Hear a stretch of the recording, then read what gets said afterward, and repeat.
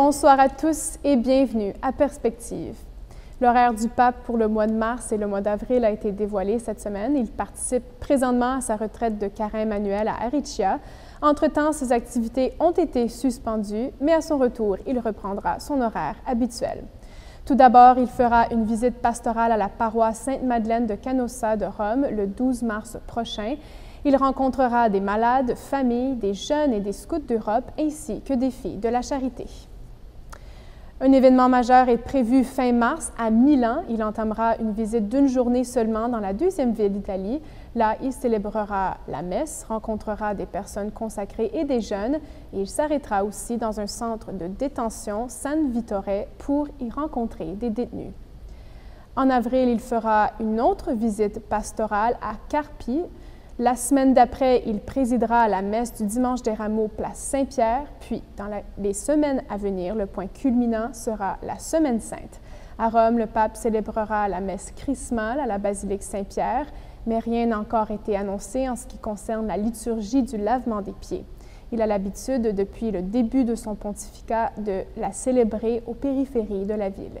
Le vendredi saint, il prendra part au chemin de croix au Colisée de Rome, la vigile pascale à la basilique Saint-Pierre, ainsi que la messe du dimanche de Pâques, suivie du Urbi et Orbi, un message du pape adressé au monde entier. Et puisqu'on y est pendant sa visite aux détenus de la prison à Milan le 25 mars prochain, le pape souhaite avoir l'occasion d'échanger avec eux librement. En attendant sa visite, certains des détenus ont choisi de lui écrire, dont certaines lettres ont été publiées dans un journal italien. On lui demande notamment des prières pour leurs enfants et leurs familles, d'autres lui confient leurs péchés, et un autre écrit « Quand tu pries pour les détenus, tu ne fais pas de distinction de race ou de religion, et je me sens accueilli dans tes prières. Merci de la part d'un frère musulman. » Le personnel de la prison sera aussi présent lors de cette visite. Le Saint-Père et les membres de la Curie romaine sont en retraite cette semaine à Aricia, située en dehors de Rome, et cette année, les prédications sont données par le Père franciscain Giulio Michelini. Elles se focaliseront sur les évangiles de Saint Matthieu, sur la passion, la mort et la résurrection de Jésus. Il a prononcé sa 5e prédication ce matin sur le suicide de Judas en regardant ce qui aurait motivé Judas à trahir Jésus. Le Père Michelini a proposé qu'il s'agirait d'une perte de la foi. Tous courent le risque de perdre la foi et ce sont ces instants de la vie qui nous révèlent à nous-mêmes. Il leur a demandé comment aider les chrétiens d'aujourd'hui à ne pas perdre la foi, à ne pas perdre leur adhésion à la personne de Jésus.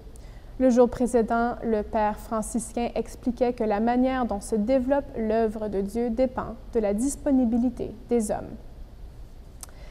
Le Vatican a annoncé ce matin l'entrée en fonction d'un conseil consultatif pour le Conseil pontifical pour la culture. Il sera composé entièrement de femmes, 37 membres en tout. Le cardinal Gianfranco Ravasi, président du dicaster, a expliqué que ce conseil permettra de poser un regard féminin sur l'activité du dicaster. Il a affirmé en salle de presse que jusqu'à présent, il n'y avait tout simplement pas une assez grande participation féminine. Maintenant, il souhaite que ce groupe ait une implication réellement concrète au sein du dicaster. La revue Le Précurseur des Sœurs missionnaires de l'Immaculée Conception pour janvier, février et mars est disponible. Grâce à leur maison d'édition, la presse missionnaire MIC publie leur revue 4 fois par année, aussi publiée en anglais. Cette fois-ci, on marque entre autres le 375e anniversaire de Montréal et saisissent l'occasion pour célébrer les ponts qui ont été construits entre les cultures au sein de cette ville hier et aujourd'hui. On souligne aussi le centenaire des œuvres pontificales missionnaires ou OPM et comporte de plus des réflexions afin de nourrir sa vie spirituelle.